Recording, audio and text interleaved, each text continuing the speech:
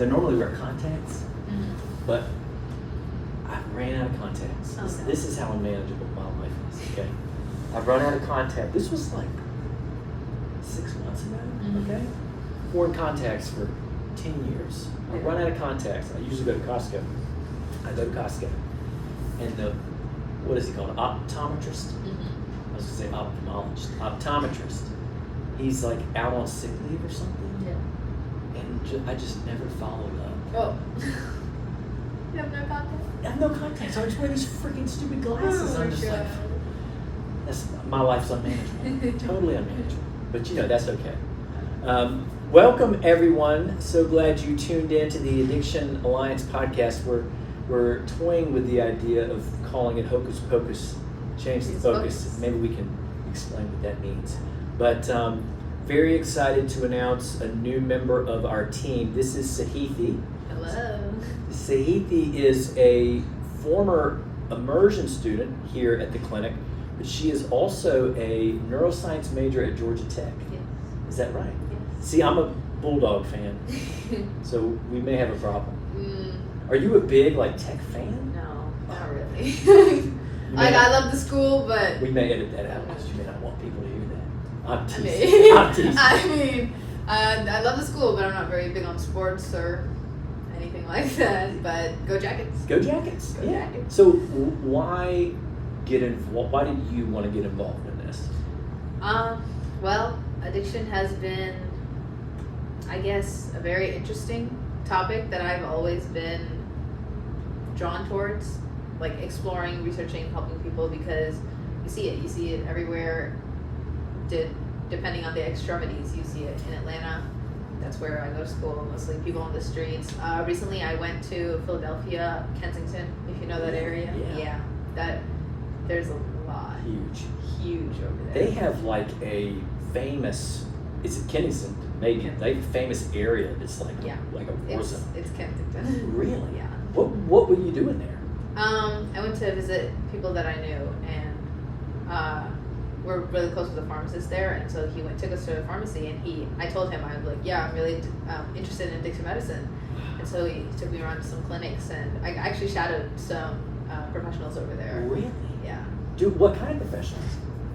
They have this walk-in clinic. I think it's Global Health something, but it's basically just 2 to 3 minute meetings of, are you getting your medication, or how are you doing, are you okay? And then it's just a professional on a Zoom call, a Teams meeting, Really? and the meeting is this. Specific to addiction or any health? Yeah. Specific to Specific, addiction? people with opioid use disorder, people using fentanyl, just anyone who needs care. Really? And yeah, So would It's they really just- prescribe? Were they? I think they are prescribing. Yes. And they do 4 weeks of regular visits, and then they switch over to monthly check-in. That is so cool. Yeah. What was the demographic of people? Was it was it it was, underserved population yeah. or? It was homeless, unemployed, just That's awesome. It's different everywhere you go. I don't know that we have anything like that here, but I lived in Massachusetts, and they have essentially universal health care in Massachusetts. It's called Mass Health.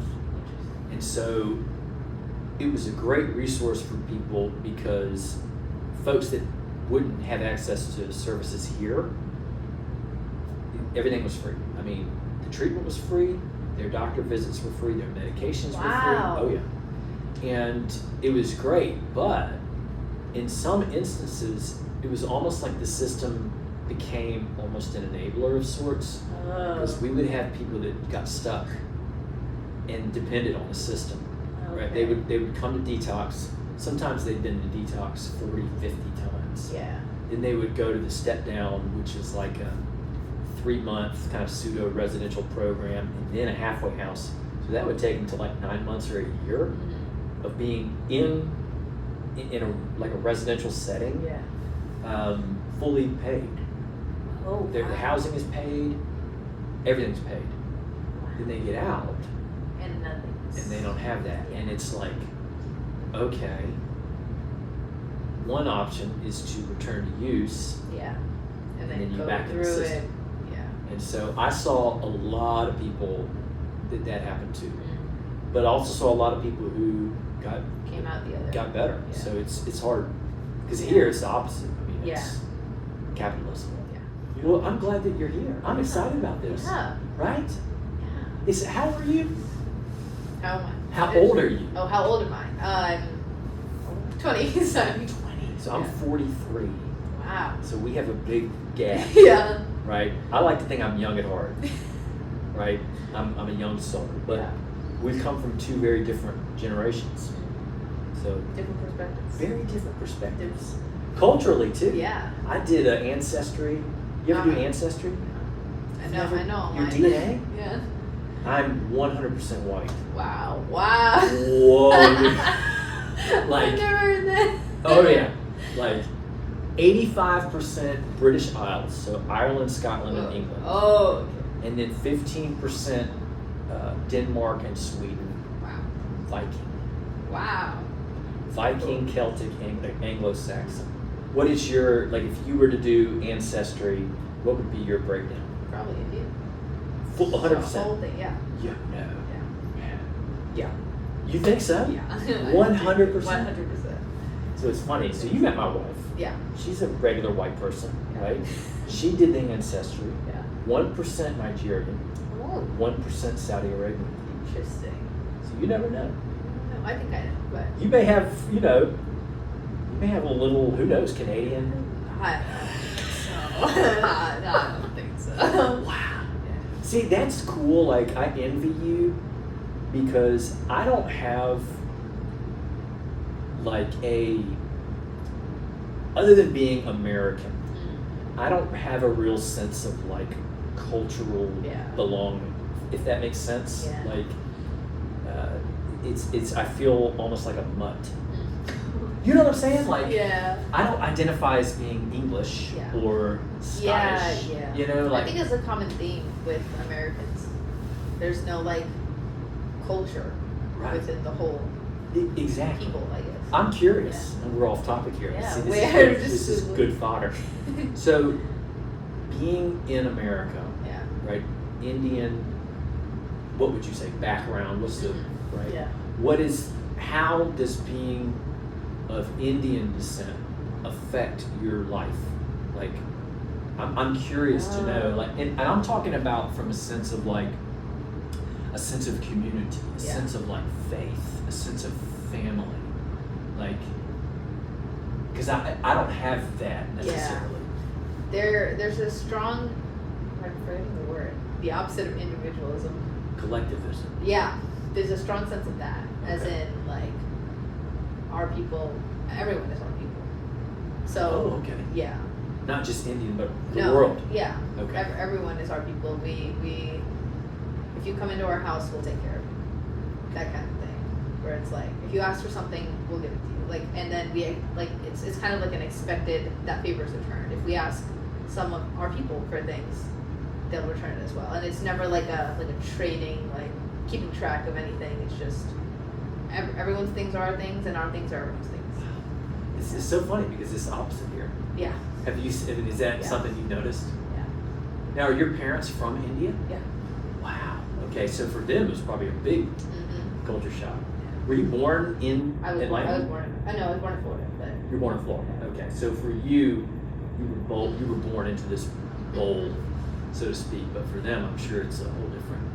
I'm sure that was hard to get used to. Trying to adapt to yeah, this highly individualistic. yeah. Like if you come to my house, you go get shot. That kind of thing, right? That's the way it is with a lot of people. Yeah. So, Yeah, especially with like housing, I guess. There's no such thing as my property, your property in India. really? Everyone is literally next to each other. You could go into everyone knows each other. So it's like you go to your neighbor's house and be like, "Oh, can I have some food?" They're like, "Yeah, okay, come, we'll put you dinner." Like, it's just everyone plays outside, like in the middle of wherever, and then you go back home. Schools are also really nearby, so oftentimes, I don't know if they do it now, but usually for lunch, you could go home, eat, and go straight back to school. Wow. See, that sounds so much better. Yeah. You know what I'm saying? Yeah. Like everybody works together, supports each other. So like in my mind, I'm thinking, okay, there must be a lot less conflict. Because I feel like here, there's a lot of conflict that sometimes happens between groups of people. Yeah. Because there's not that sense of, Yeah, we're all but one. there's also, I think there's conflict that's just different because then you have people who take advantage of that. okay. Who are like, oh, we're close, we can, usually the issue comes with money. They're like, suddenly money is not so collectivist. When it comes to money, it's, Right. this is, at a certain point, this is my money. This is mine, yeah. You're taking advantage of it. What about addiction? Like, Yeah. what does addiction look like? Very stigmatized. As in alcohol, not as much, obviously. I feel like alcohol around the world collectively is a very okay thing, like socially. Sure, Yeah. sure. But drugs are very, we don't talk about it, don't go near people who use it, don't use it, don't even like we were actually talking about this in my class in India. Substance use disorder, there's no like different terms for that. It's just substances are kind of like in different languages they kind of mean this thing that you don't go near, and all of them are the same thing. Like all drugs, there's no like classification of like Splicing this it is out, this, yeah. this is this. Like for drugs, we usually have one word. What's the word? We call it ganja. Gotcha. Yeah, and that's usually weed, but I was gonna say that's what ganja is. Yeah, yeah. That's usually weed, but like for any other drugs, it's just kind of like drugs. There's no like opioids or fentanyl or like no classifications like that. So does that make it harder for someone to get and use drugs? No. Okay, It so makes it harder for treatment and and talking about their problems. So you feel like the prevalence is still You also don't see it. I think most of, like here, it's a big issue in America, but in India, you don't really see people either using or like on drugs. A big issue is like homelessness and a big population and not enough support for that population. Right. But even in homelessness, you don't see substance abuse. Yeah. That's so interesting.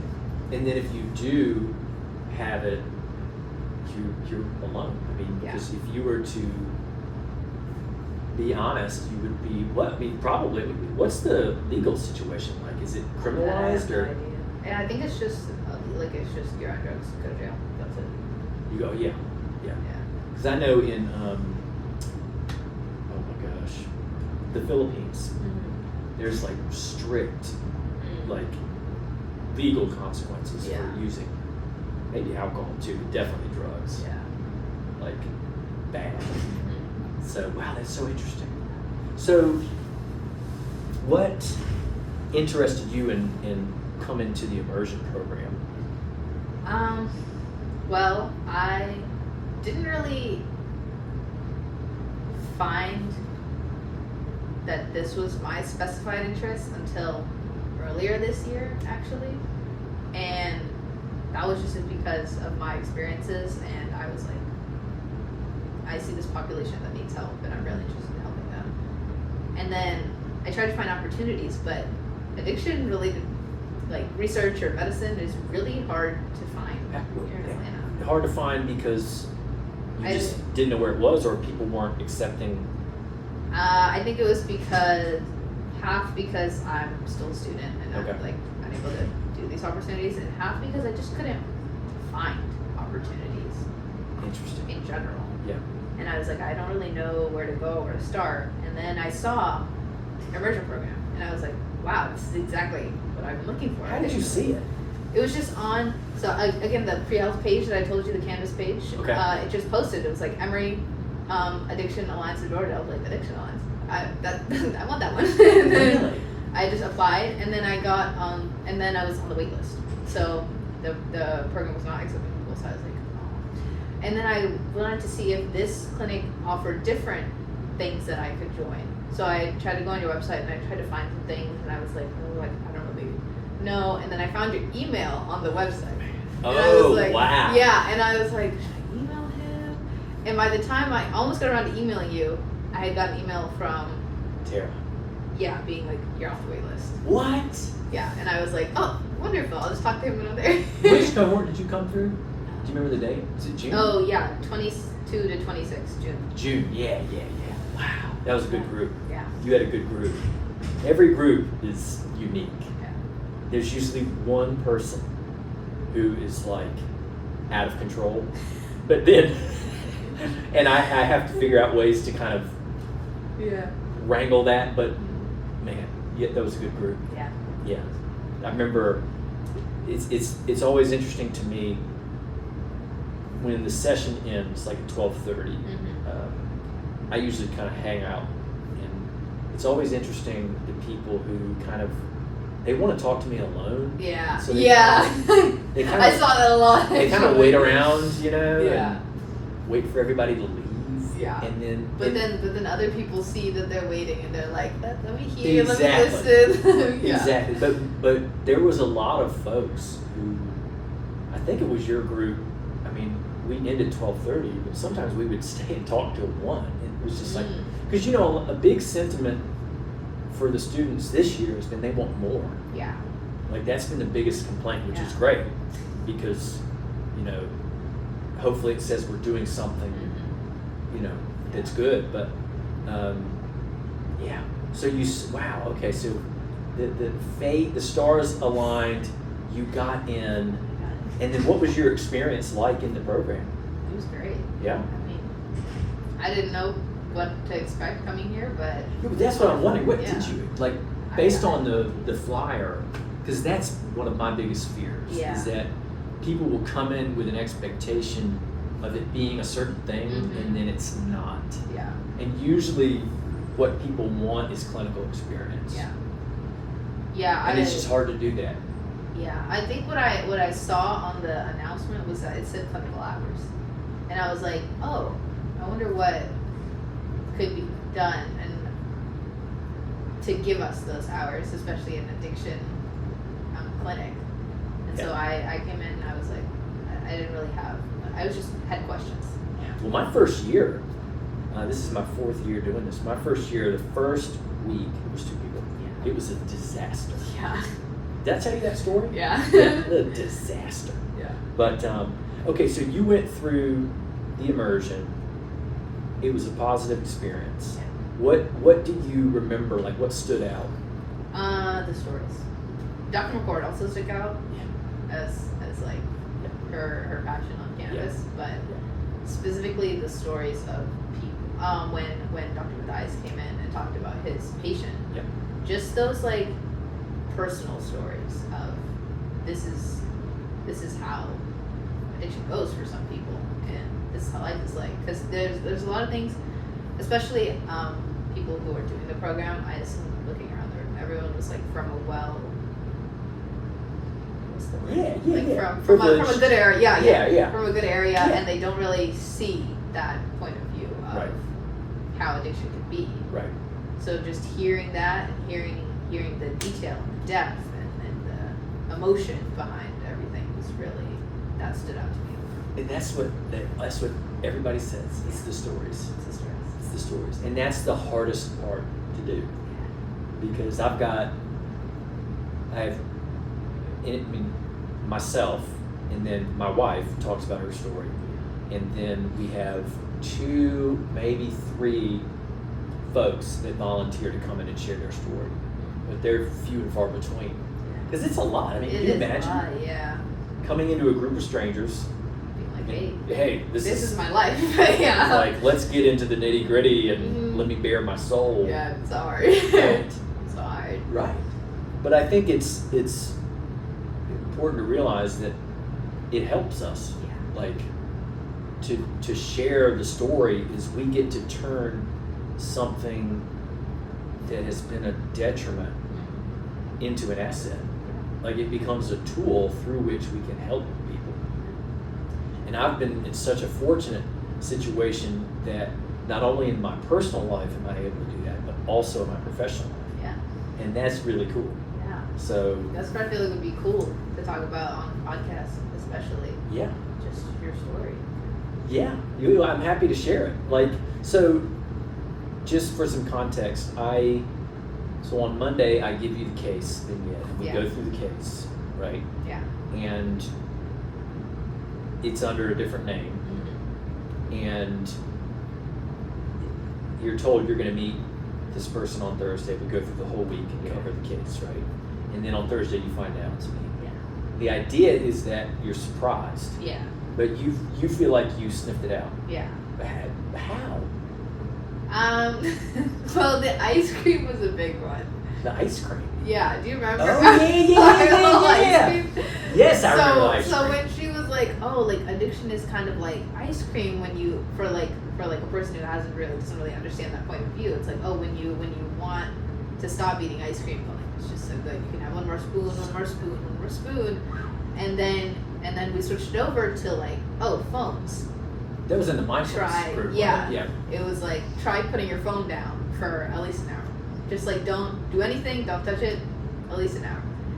And you had kept being like, I can't do it. Like, this one I can't do. I just cannot do it. And I was like, interesting. I can't.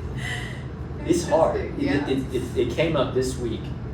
You know, we did the mindfulness, and one of the exercises is urge surfing. Yeah. And so she has you come up with a specific scenario of where you're trying to interrupt an automatic behavior that you want to change. And so mine is the phone. Yeah. And I get up every morning and I get my coffee and I sit down on the couch and I get on my phone. Yeah. And interestingly enough, I like to play games on my phone. Like, what you had said specifically when you were like, yeah, I have Block Blast, and then when as an ad, I had to go to a different Block Blast on a different phone. I have my iPad. Yeah. And I'm playing Block Blast. I've moved on to another game. I don't even know what it's called, but anyways, I have my iPad and I'm playing a game, and then when the ad comes up, I pull out my phone. That. Right? Can you identify with that? No. I can identify with the urge, but I stop myself and I'm like, no, that's too much. Like, I can't. Like, I really want to be like, let me just go. I usually when I'm playing Block Blast, someone next to me. They usually. So you play Block Blast? Yeah, I love Block Blast. And so sometimes when there's an ad, I'll be like, I really want to say, give me your phone. Like, I want to play Block Blast on your phone. See? Yeah, but then I stop myself because I'm like, I can't do that. You have emotional regulation? Yeah. I don't have that. I still struggle with that. Yeah. It's wild because, I've been sober 17 years. And, when you get sober for the first year, it's all about how do I live life without drugs and alcohol? Yeah. And then you kind of, I don't want to say master that, but you get to a point where you figure out how to do that. And then it's like, okay, now how do I live life on life's terms? Because now I've got to deal with normal stuff like stress and loss and anxiety and mental health problems. Exactly. The health. Right. And it's What got you to that point, I guess? of wanting to get help. Yeah. Well, so it was kind of a slow build. So I started when I was like 13. Yeah. And drank alcohol, Coors Light. I'll never forget the scene. I was in the basement with some of my brother's friends. We were watching Friday. You ever seen Friday? Man, you gotta watch Friday. See, this is the generational thing. Yeah. Right? So, watching Friday, it was a green checkered carpet, 2 green leather couches. We were with my brother David Keith and Todd. Okay. See, the detail. Like, Yeah. I can remember every single detail. I specifically remember sitting on the couch and slowly panning across the room as the alcohol was like kicking in. Okay. And it was like, whoa. Whoa. Yeah. All of the Especially sudden. for a 13-year-old. Yeah. Oh, yeah. Well, people always ask me, like, why? What Mhm. And it was like, nothing ever happened to me. I Yeah. was a happy kid. I didn't have any trauma. Now, my parents did divorce, but that's about the only thing. Yeah. And it was significant Yeah. for me, but I didn't start drinking because of that. Yeah. I started drinking because, Like, how it felt. well, no, I mean, I didn't know how it felt yet. Oh, yeah. But I was like drawn to this, like, my brother. Substance. Well, just the kind of, I don't know, it's kind of like, the forbidden fruit Yeah. analogy of Like you're not supposed to drink this, and you're like, well, let me just see. I wonder why you're not Yeah. supposed to drink this. Yeah. Let me see, that kind of thing. Yeah. Like, I knew he was down there with his friends. He's older than me. Mhm. I knew they were doing it at night after my Yeah. parents went to bed. You're just like, what? What You could did- be so much about it, What is this about? So I Yeah. sneaked down there, and they had a red cooler full of Coors Light. And I started drinking, and it was a spiritual experience. And I was looking around the room, and it was like this world came into view. I give y'all the example of watching The Wizard of Oz, on LSD while listening to Pink Floyd's Dark Side of the Moon. Like, you've done that. Okay. Well, it's like a common thing. I mean, Yeah. a lot of my friends did it, and it's when you're on psychedelic, right? You're kind of in this state of perceptual disturbance, and you're watching The Wizard of Oz, Yeah. which is like already kind of bonkers, and then you're listening to Dark Side of the Moon. And just, you probably never heard of Pink Floyd. I know Pink Floyd. Yeah. So, and it was just like, man, this is great.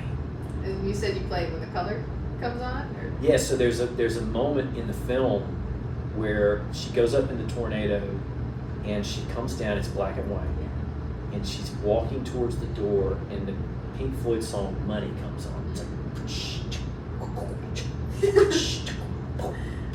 and then as soon as she opens the door, the bass line starts. Yeah. Boom, boom, boom, boom, boom, boom, boom. And it's just like, whoa! And then all of a sudden, it's like the Yellow Brick Road and the Emerald City, Yeah. and the Tin Man, and the Lion, and the Wicked Witch is And you're coming on out, psychedelic. and the flying monkeys are going around, and it's like, we represent the young man. It's just like, whoa, this is great. Yeah. And I'm like, man, why would I go back to Kansas? Right? Yeah. That was just a normal thought that I had. Yeah. And it was like, all of a sudden, it changed reality. Reality became something less than a potential, which was living in this fantasy world, Yeah.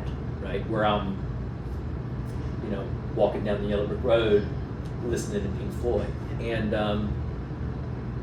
but in the beginning, it didn't wreck my life. It took about 5 years before I got to a point where it had progressed, and I was using enough to where I remember saying to myself, this is what I want to do for the rest of my life.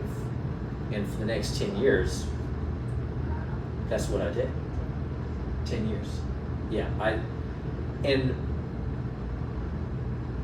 ultimately what happened was I went to treatment 3 times, and I liked being in treatment.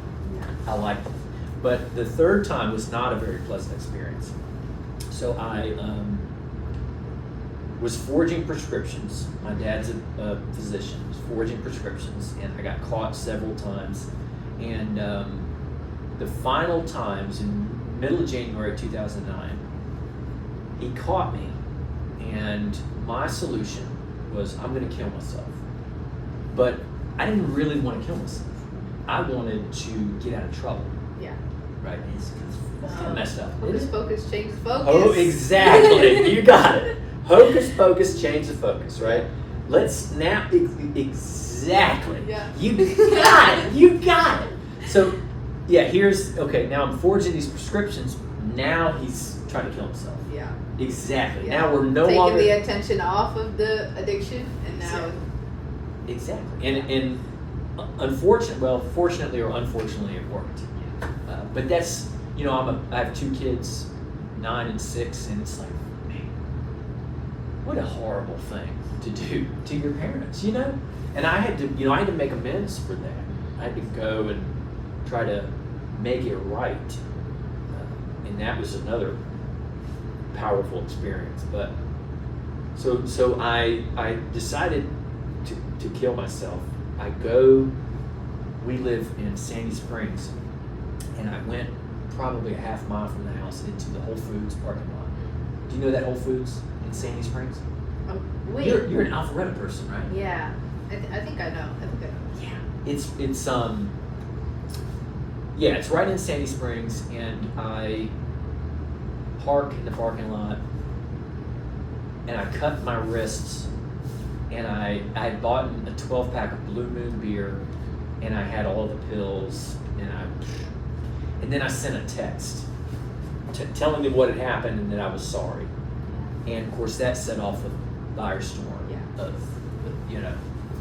calling the police and all of the people I'd ever known. And it's funny, so we were doing the Espert stuff today, the immersion, and I was telling that story as Michael. Oh, okay. And it's wild to think back, because I remember getting all of these texts. Yeah. Like, I probably got 100 texts from people that I hadn't heard from in years. Yeah. And they're like pleading with me. I remember one in particular, my best friend growing up, it was his dad. And he was like, he was gonna give me a job. Wow.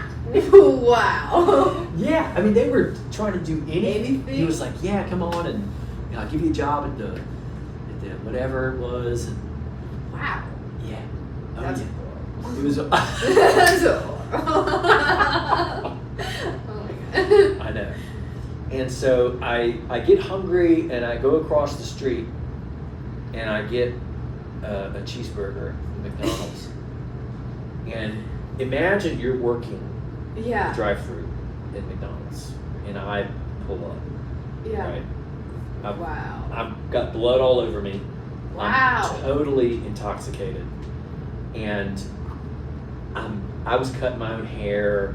Yeah. I would put concealer under my eyes. The light. Well, I didn't know you had to match skin tones, right? So I looked like a the first one you raccoon. see? Oh, yeah, wow. yeah. And so it was bad, and I run out of gas Yeah. right there At the McDonald's. at the McDonald's, right at the checkout. And the guy behind me gets out and pushes me into a parking space.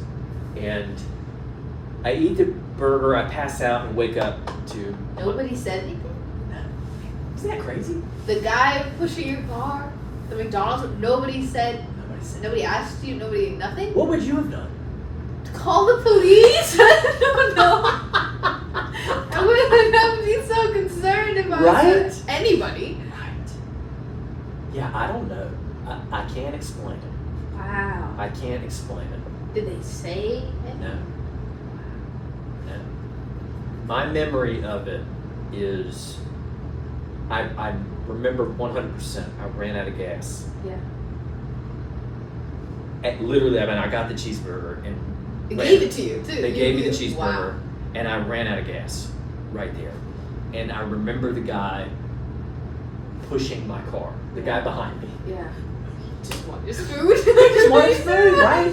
And he pushed Oh me my into the God. spot. Wow. Yeah. Poor McDonald's. Yeah. I mean, they're Worker. trying to do their job. Right. Of course, they probably see all kinds of stuff. Yeah. All kinds of stuff. So, yeah, then I went to treatment, and Who was the knocking? that was my dad. Okay. Yeah. And the look on his face was just like, he was devastated. And, it's funny, this was 17 years ago, and my relationships with them now are so different, because a lot has happened over 17 years, a lot of beautiful things, growth, and challenges, but it's all been sober. And so we often talk about this stuff because we look back at it just like we're talking about it now, Yeah. like with lightheartedness. You have to, Yeah. you know, because it's like I can't take myself so seriously. You know what I'm saying? Mm-hmm. Do you ever feel that way? You take yourself too seriously? Yeah. Yeah. Yeah. Why do you do that? Just it's like automatic. Yeah. I think that may be a human thing. Yeah. That we automatically do that. Yeah. Everyone's too hard on themselves. Everybody is, yeah. That's a saying in AA. Mm-hmm. We don't take ourselves too seriously, and we try to wear life like a loose garment. Oh, I like that. You like that? That's nice. I got all kinds of little quips for you. Yeah. You like Hocus Pocus, Change the Focus. I like that one. I can't take credit for that one. Mm-hmm. When I first started working in treatment, I had a supervisor. His name was Raymond Scott. He was a wizard. Like, oh yeah. Of Oz? Yes. Yes. He was just amazing. And that was the term he used. Hocus Pocus, Change the Focus. And yeah. It's good So- stuff. What was treatment like for you? Working or being in treatment? Oh, being in treatment. Being in treatment? Yeah. I loved it. Well, that it is there's two sides of that coin. Like, I liked, so during the course of my addiction, there were different kinds of treatment that I had. I had the detox, I had the residential, I had outpatient, and then I had like sober living, halfway house kind of Yeah. stuff. I enjoyed the intensive for whatever reason. I like being locked up, and part of the reason I liked it is because they gave me good drugs. Yeah. Like, honestly, that's Yeah. I'm an addict, so you give me withdrawal meds, and they give you benzos, Oh, okay. right? Yeah. And so I can remember, it's so crazy. I can remember being in detox because they titrate you off Okay. of the, you know. Oh, okay. Yeah, like they Yeah. when you first get there, they put you on a dose. Yeah, Of, and then they slowly pull it Take back. it, yeah. Well, people with addiction don't like to have the things pulling pulled back. back. Yeah. Not a great feeling. No, that's not a good Yeah. thing. So when they start pulling back, of course, then I'm going to start feigning symptoms. So I remember coming out, Mhm. but they didn't buy it. Oh. Oh. Because are you familiar with the term drug seeking? What do you think that means? Drug seeking. Okay, yes.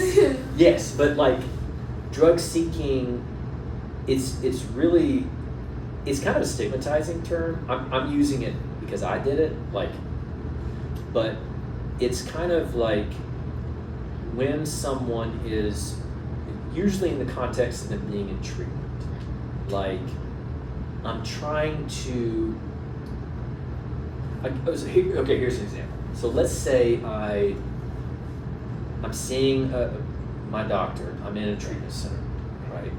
And I'm going to start emphasizing like depressive symptoms, or I'm okay. anxious, or I can't focus, Yeah. or I'm in pain, Yeah. or any symptom that would warrant the substance. Medication, So drug seeking means I'm not really having anxiety, Mhm. depression, pain, Yeah. inattention. I may be having some of that, Yeah. but not to the, To the extent that's, of, like- that's not why I'm here. I'm Yeah. here. For the drugs. I have an ulterior motive. Yeah. Does that make sense? Yeah. So when you work in addiction, that's always something to be mindful of. Like, and it's tough because you want to believe what the person is saying, but you also have to be mindful of that. Fact, yeah. You know what I'm saying? Yeah. See, you're probably someone who, I'm assuming, hasn't been around a lot of active substance use, or is that a wrong assumption? I think not extreme, but I have. You have been around. Yeah. Okay. So have you seen a lot of the like behavioral stuff? Yeah. Like, okay, like what? Like, would you share? I've seen some aggression, some not typical behavior of someone who would do that sober. Okay. Just like very varying things. What were they using? Alcohol. Yeah. There was some cannabis. Yeah. Nicotine. Yeah. Yeah. So it's you know, when you see that and experience that, you kind of come to understand that.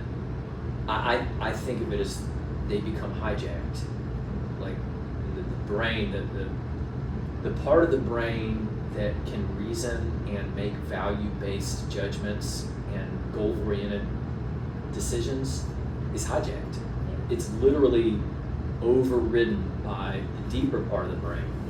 Yeah. It's sending out an alert signal that like, like problem. Yeah. And then, yeah, you do insane things. You hurt people. You create a lot of damage. You ruin lives. And all of it, it's none of it is enough to stop. At least for me. Yeah. Like I had to be stopped. Yeah. You know, like none of the things that ever happened to me were enough for me to say, Maybe this is enough. maybe that never occurred to me. Wow. Do you think Yeah. that's common among Yes. many people who Yes. experience substance use disorder? I do. I think it is by far and away the norm.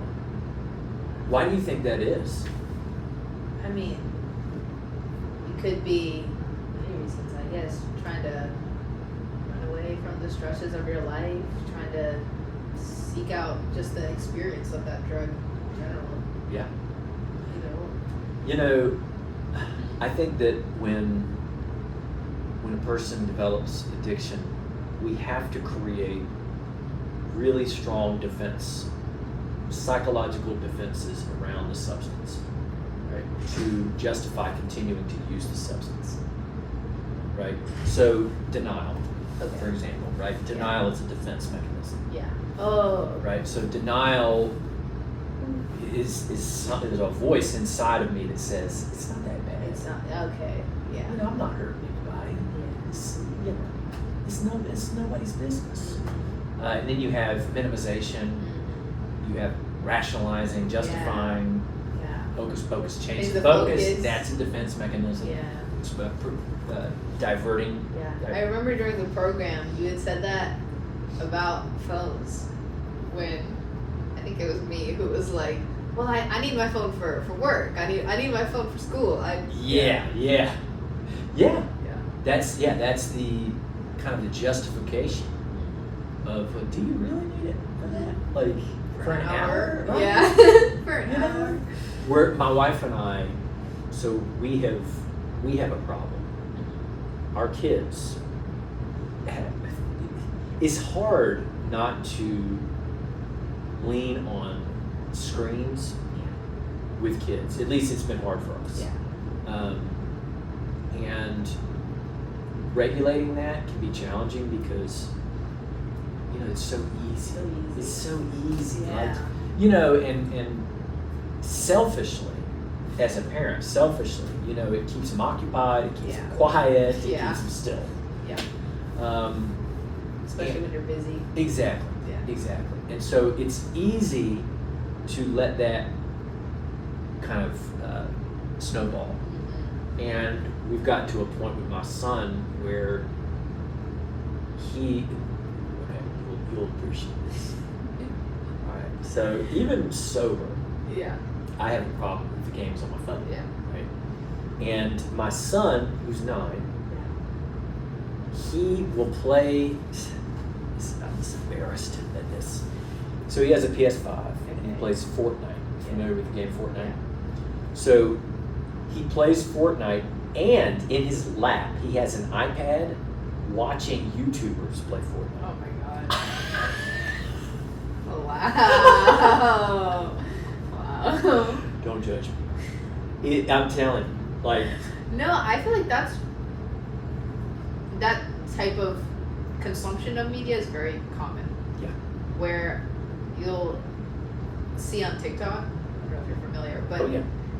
they'll have like a split screen of like someone talking on one side, but it'll be a Subway Surfers video gameplay. Exactly.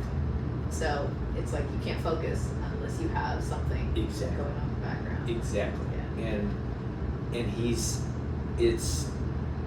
we're having to really try to. So our rule is One device at a time. one device at a time, but he's sneaky. Like Kids are sneaky. you'll find him like in a corner, Yeah. and it's like, oh dear, Yeah. this is not a good omen. Mhm. But when you take it away, he gets dysregulated. Yeah. He freaks out. So what we started doing is no devices after 7, Okay. and then on the weekend they just get it for an hour. But it's hard. It is hard. It's hard because it's not like we don't set a timer. Mhm. But so what we're talking about starting to do, and this is somewhat inspired by the immersion. We're going to start doing a deep detox, digital detox. Okay. Can I tell you about this? I think so. Yeah. On a Saturday, we're going to start with half a day. Mhm. I'm usually the first one up, Yeah. and Oh, no phones. I'm going to take Oh, everything. everything. Okay. The television remotes, the PS5 Wow. controller, the iPads, the Everything. phones. Yeah. They're going to lose it. Well, you can stop them. Can you stop yourself? That's a whole other thing. Because in my mind, I'm like, I gotta have it to check. Yeah. Do But- you? No, I really don't. But yeah, it's hard with kids. Yeah. But he's super smart and does so well at school that like he's not ADHD. He can be very focused when he needs to be. So we feel good in that respect. But we're trying to figure that out as we Yeah. go. Hopefully you won't have to deal with that for a little while. Yeah. Yeah. You're still growing up yourself, Yeah. right? Yeah. Yeah. Just turned 20. That's awesome. That's awesome. 20 is it's a good age. age, You yeah. like 20? Yeah, I don't know. I just started. We'll see. You'll see, yeah. When's your birthday? June. Well, happy birthday. Oh, thank you. Wow. So you're not even of legal drinking age yet. No. But many, I guess people in college have already been like, I'm tired. Like, I don't think I'm going to drink anymore. Really? And they're not even 21? Not even 20. Where, do you Really mind not. sharing, like, what is your kind of approach to that? I think it's a little extreme to say you're done with alcohol before Right. legally drinking age. Yeah. Because I mean, I've known some people who have been drinking since 10th grade and even earlier. Yeah. Oh, yeah. So I think, I guess if you have been drinking for that long, it makes sense to wean off earlier. But I do think there should be like a conversation there. Like why? What is Yeah. the reason? Well, I would assume there's some kind of negative Yeah. consequence they're experiencing. I've heard a lot of just, I'm tired. Like I don't feel the same way drinking anymore. But see, that is a normal and healthy reaction Yeah. to say, I don't like the way this makes me feel, I'm going to stop. Yeah. That is a normal thing. See, I think with addiction, that's missing. That's missing. Yeah. It's an inability to stop Say that, despite the consequences. Oh yeah. So the fact that your friend is saying that, I think is Yeah. I mean, it's multiple people. Yeah. Like, yeah. But I guess I am a little concerned for other people that I know who are like there's no reason to stop. Like, we're having fun. Yeah. Why? We can't be tired. Like, when would you ever be tired when it's alcohol? Right. And when you hear those words from people that you know, it's a little bit like, maybe we should ask some questions Right. there. When do you think is a good time to approach that conversation with someone if you see some concerning behaviors? That's a good question. What do you think? I don't know. So the scenario would be you have a friend. Is this a Yeah. good friend? Is this Yeah. a family member who? No, it's just a good friend. A good friend. Yeah. Who you're witnessing them drinking problematically. Yeah. Okay, and you're concerned, Yeah. and you want to talk to them about it. Okay, so I'm the friend. Okay. Oh. So make up a name. You call me Emily. Hey, Emily. Hey, Hey. you want to go drink? Oh, it's 3 p.m. on Tuesday, Wednesday. What's the occasion? Do we need an occasion? I mean, come on. No, I don't know. How do you navigate this? That's exactly why we do the immersion program. It's because people don't know. Like it's a hard situation to be in, isn't it? Like, because what are you scared of? Like are you scared of hurting my feelings? Are you scared of saying the wrong thing? No. What is your? I guess the fear is they're not gonna listen. Okay, so you want to be effective. Yeah. Okay. I don't really know how to do that. What do you want to? What is your goal?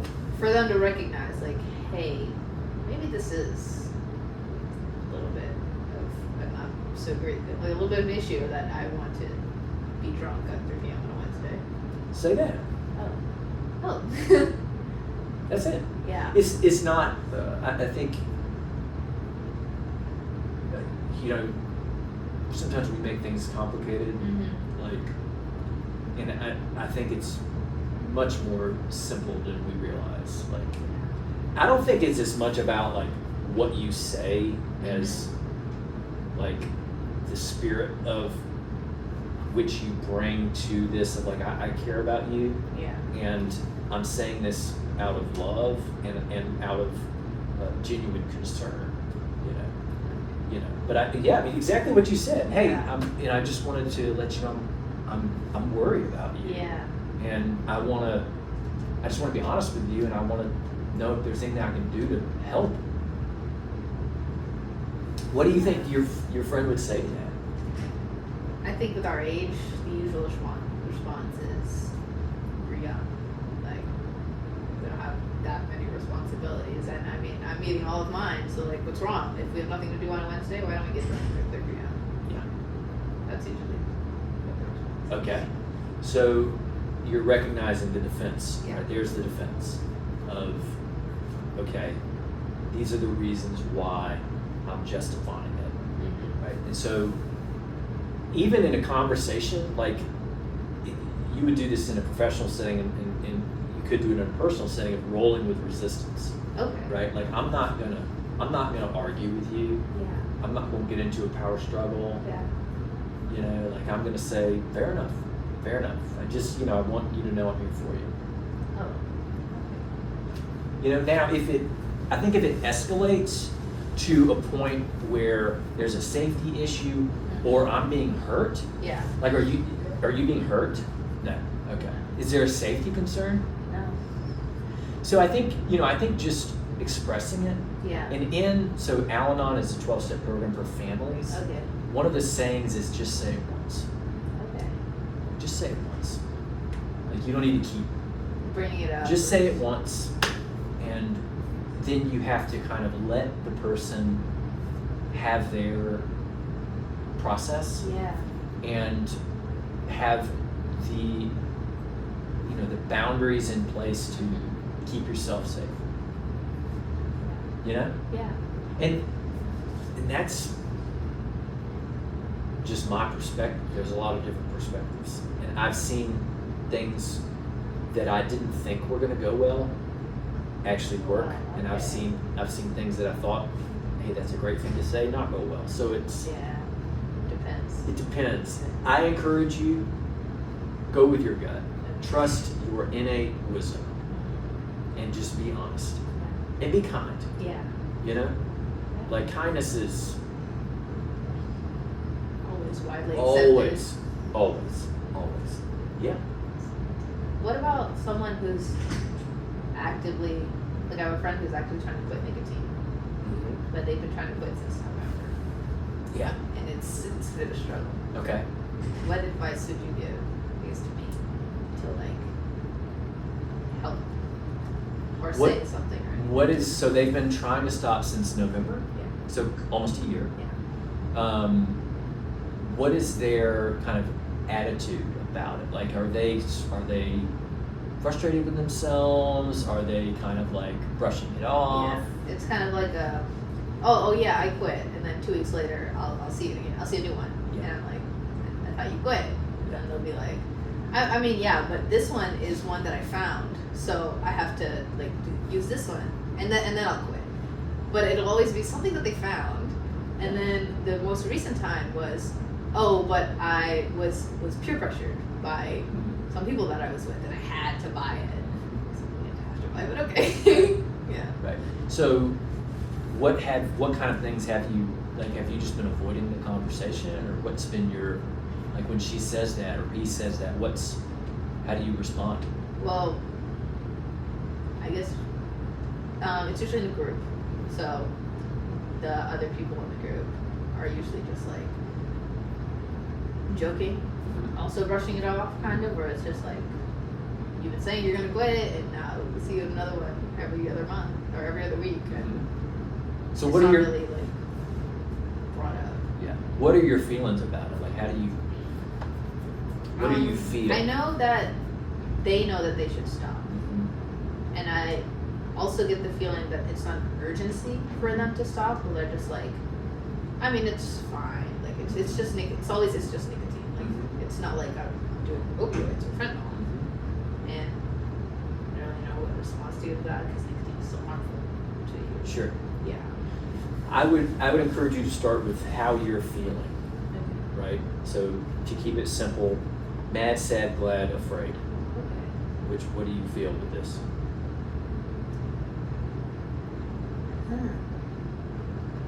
And think about this. This is where some people get tripped up. Like they think of, like when they think of mad, they think of Yeah. But mad is as with all emotions, a spectrum. Yeah. So a 1 Yeah. on the mad spectrum is like, ugh, Yeah. I gotta love the dishwasher. Yeah. You know what I'm saying? Discomfort. Right. Or like irritated, Yeah. frustrated. Whereas a 10 is like rage. Yeah. Right? So keep in mind that it doesn't necessarily have to be a super intense, but it's there. I guess it's sad. Okay. Yeah. What makes you say sad as opposed to? Because I'm more concerned. of Concern makes me this. think of fear. But I don't really. You feel sad. Yeah. Yeah. Like, this is something that you've been struggling with, Okay. and I want to do something to help that. But to them, it's not that big of a problem. Because they have the mindset of, oh, I'm not going to quit. I just want it to be just like a social thing. So I think this is common among a lot of people my age, where it's like, Sure. oh, I only smoke when I drink. Yes. Yes. Oh yeah. So they want to turn it into that instead of like constant use. They just want to be like, oh, I'm just only gonna smoke when I drink. Yeah. Yeah. You know, again, you just said it. You just said it. Like, I'm sad when I see that you're trying and you're unable to stop, and I want to help you. You just said it. See that that's your innate wisdom, Yeah. right? I didn't tell you what to say. Yeah. You said it. It was in you, and so I think you connecting with that, getting to know yourself to the point where that is like, okay, I'm aware that I have this innate feeling and this innate concern, and being able to vocalize that, you know, and they may say, F you. Yeah.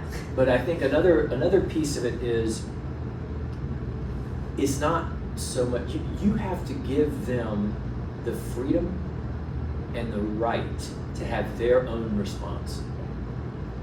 And you may not like it, Yeah. but it's theirs to have. And I have to accept that. That doesn't mean I have to be a doormat or be A bystander. right. I still have agency over my boundaries and my choices. Yeah. But if you choose to do this. Now, if it escalates to a point where it's interfering with your relationship, Yeah. right, then you have a little bit of a different set of problems. Right? Where, okay, do I need to do something? Do I need to distance myself? Do I need to have a more direct conversation? Those kind of things. But yeah, but it's in you. Yeah. Yeah. I didn't realize that. Yeah, absolutely. Wow. Yeah, it's good stuff. Because people do make it seem more complicated than it is. We do that. It's usually simple. I was expecting this like perfect, like, I don't know, coordinated set of words or. Now, I will say that the DBT has an interpersonal effectiveness acronym called the DEAR Man, Okay. and DEARMAN. Oh. And so D is describe, E is express, A is assert, and R is reinforce. So I Okay. always encourage people, especially if they're wanting to have a direct conversation where they need to express themselves. So, for example, with your friend, describe would be, I've watched you since November try to stop Yeah. smoking, and I watch you continue to struggle to do that and continue to, find them in your purse, or you're going Yeah. to stop this time. That's the describing, right? You want to do that so that everybody's on the same page. Okay. E is express, I feel. Oh. I feel sad Yeah. watching you do that. E is expressing your need. I need. So what do you need? Yes, I need. It feels wrong to say I need because it's Why? their decision. Okay, but you don't need them to stop. Okay. You need to be able to be honest with them. Okay. Does that make sense? Oh, yeah. Because your needs aren't about controlling other people. Yeah. I need the space to share with you Oh, that I'm worried. yeah. Does that make sense? Yeah. And then the R is reinforce, which is like, how would things be better if I could get this need met? So if I have the space to share with you how I'm feeling, Mm-hmm. I think our relationship is really going to go to the next level. Okay. And I think we're really going to get some traction that, maybe I can help you with in some way. Dear man. Yeah. It's good stuff. Yeah. Yeah. Well, this has been great. Yeah. We could just do this all Good day long. conversation. I know. And it's funny because it probably didn't even, let's see. Oh yeah, good. Good. Is it still going? It's still going. Ah. And I think it's a great, let's see.